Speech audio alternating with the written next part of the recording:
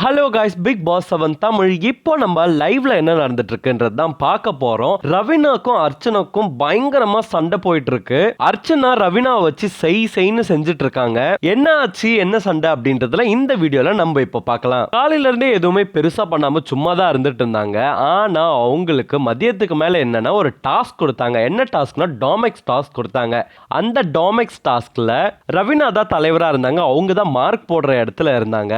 அதனால எல்லாருமே டீமா இருந்து கேமை ஃபயரா விளையாடிட்டு இருந்தாங்க. இப்படி கேம்ல பரபரப்பா போயிட்டு இருக்கும்போது, பயங்கர ஃபயரா போயிட்டு இருக்கும்போது எல்லாரும் பயங்கர எந்துவா கத்திட்டு இருந்தாங்க. அப்போதான் வந்து அர்ச்சனாவும் பயங்கர எந்துவா கத்தி இப்படி பண்ணு அப்படி பண்ணுன்னு செம்மையா கத்திக்கிட்டு இருந்தாங்க. அப்போ தலைவரா இருந்த ரவீனா என்ன பண்ணாங்கன்னா, ஏன் கத்துறீங்க, கொஞ்ச நேரம் அமைதியா இருங்க, நாங்களாம் வந்து ஜட்ஜ் பண்ண வேண்டாமா அப்படின்னு சொன்னாங்க. சொன்ன உடனே ஒரு மாதிரி ஆயிடுச்சு அர்ச்சனாக்கு என்ன சொல்றதுன்னே தெரியல. அர்ச்சனா உடனே டென்ஷனா என்ன சொல்றாங்கன்னா, ஏங்க அதுக்கு இப்படி சொல்றீங்க அப்படின்ற மாதிரி முகத்தை காமிச்சிட்டாங்க. காமிச்சோடனே, இல்லைங்க நான் சும்மா தாங்க சொன்னேன், ஜட்ஜ் பண்ணிட்டு இருக்கும்போது நீங்க கத்திட்டே இருந்தீங்க, அதனால தான் நான் சொன்னேன் அப்படின்னு சொன்ன உடனே அங்க இருந்து மணி வந்துட்டாரு. மணி வந்து ரவீனா பார்த்து, சும்மா எதை சொல்லிட்டு இருக்காது, அமைதியாரு அப்படின்ற மாதிரி சொல்லிட்டாரு. இல்லங்க நான் சும்மா தான் சொன்னேன், அவங்க தான் உடனே டென்ஷன் ஆயிட்டாங்க, நான் விளையாட்டுக்கு தான் சொன்னேன், நான் ஒன்றும் அவ்வளோ சீரியஸாலாம் சொல்லல.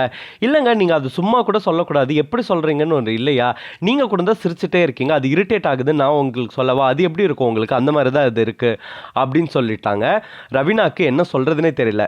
அதுக்கப்புறம் மணியை தனியாக கூப்பிட்டு என்ன சொன்னாங்க அப்படின்னா, இந்த மாதிரி அவங்க மெச்சூரிட்டியே இல்லாமல் பிஹேவ் பண்ணுறாங்க, எந்த இடத்துல எப்போ எப்படி பேசணுன்றது தெரியாமல் பேசுகிறாங்க, நான் என்ன பண்ண முடியும், நான் இப்படி சிரிக்கிறேன், நான் இப்படி பேசுகிறேன்னா அது என்னோட விருப்பம், அதை வந்து நீங்கள் வந்து இப்படிலாம் சொல்லக்கூடாது, அவங்க மெச்சூரிட்டியில் பண்ணாங்க, ஏதோ ஒரு காண்டில் மேலே இதெல்லாம் பண்ணிட்டு இருக்காங்க அப்படின்னாங்க. உடனே மணி வந்து ஆமாங்க விடுங்க, அவள் அப்படி தான் பேசுவா, நீங்கள் ஃப்ரீயாக விடுங்க அப்படின்னு மாதிரி சொல்லி சமாளிச்சிட்டாரு. நான் பேசிக்கிறேன், நான் சொல்லிக்கிறேன் அப்படின்னு மணி சமாளிச்சிட்டாரு.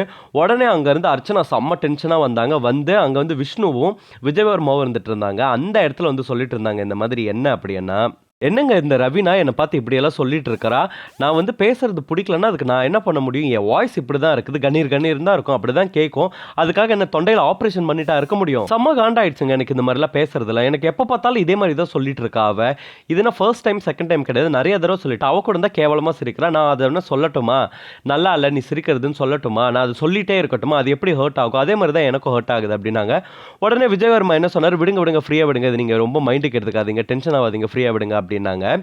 அதுக்கப்புறம் அங்கேருந்து கிளம்பி போய் என்ன பண்ணாங்கன்னா, பூர்ணிமா கிட்ட படுத்துட்டு இருந்தாங்க. பூர்ணிமா கிட்டையும் இதே கதையை தான் சொன்னாங்க.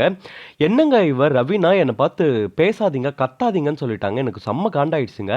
நம்ம ஒரு கேம் விளையாடுறோம், கேம் விளையாடும் போது கத்தாமல் எப்படிங்க விளையாட முடியும், ஒரு எந்தூசாசமாக இருக்கிறோம் நம்ம எல்லாருமே, அப்போ தானே ஒரு இது வரும், ஒரு ஃபயர் பறக்கும், அப்புறம் எப்படின்னு கத்தாமல் எப்படிங்க ஃபயர் வரும், நான் அந்த ஒரு இதில் தாங்க, அந்த ஒரு கிரேஸில் தாங்க கத்திட்டு இருந்தோம் அப்படின்னு சொன்னாங்க. ஆமாங்க அது உண்மை தான், ஒரு விளையாட்டுன்னு வந்துச்சுன்னா எல்லாமே கத்துறது கரெக்டு தானே, அப்போ தானே ஒரு எந்து வரும் நமக்கு அப்படின்ற மாதிரி பூர்ணிமா சொல்கிறாங்க. அதை தாங்க நான் கத்துனதுக்கு இவங்க என்னடனா வாய மூடுங்க கத்தாதீங்க அப்படின்ற மாதிரி சொல்லிட்டாங்க. எனக்கு ரொம்ப கோவம் வந்துருச்சு.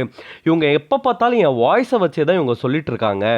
நான் கூட தான் குள்ளமாக இருக்கேன், அதுக்காக எனக்கு குள்ளமாக இருக்குன்னு சொல்லிட்டே இருக்க முடியுமா, அந்த மாதிரி தான் இருக்குது என்னோட வாய்ஸுங்க, அதுக்காக நான் என்ன தொண்டையில் ஆப்ரேஷன் பண்ணிட்டா போக முடியும் அப்படின்னாங்க. உடனே பூர்ணிமா என்ன சொன்னாங்கன்னா, ஆமாங்க நீங்கள் சொல்கிறது கரெக்டு தான், நீங்கள் உங்களோட இயல்பெல்லாம் யாருக்காகவும் மாற்றிக்கொண்டா, இதுதான் நீங்கள் இப்படி தான் இருக்கணும், அவள் சொல்கிறான்றதுக்காக நீங்கள் மாற்ற வேண்டாம், அவள் என்ன வேணால் சொல்லிட்டு போட்டோம் அப்படின்ற மாதிரி பயங்கர சப்போர்ட்டிவாக பேசுனாங்க.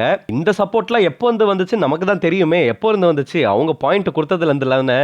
அர்ச்சனாக்கு இப்போ கூட சப்போர்ட் பண்ணலன்னா எப்படி பேசுவாங்க. எந்த அளவுக்கு இப்போ அர்ச்சனா க்ளோஸாக இருக்க முடியுமோ அந்த அளவுக்கு பூர்ணிமா கூடலாம் இப்போ வந்து க்ளோஸாக இருக்காங்க அப்படின்னு தான் சொல்லணும். இதெல்லாம் எங்கே முடிய போகுது அப்படின்றத நம்ம வெயிட் பண்ணி தான் பார்க்கணும். இன்னும் என்னென்ன நடக்குதுன்ற அப்டேட்ஸ் எல்லாம் அடுத்தடுத்து பார்க்கலாம். இந்த மாதிரி பிக் பாஸ் அப்டேட்டை நீங்கள் தெரிஞ்சுக்கணுன்னா ஸ்க்ரீன் டாக்கீஸ் சேனலுக்கு சப்ஸ்கிரைப் பண்ணுங்கள்.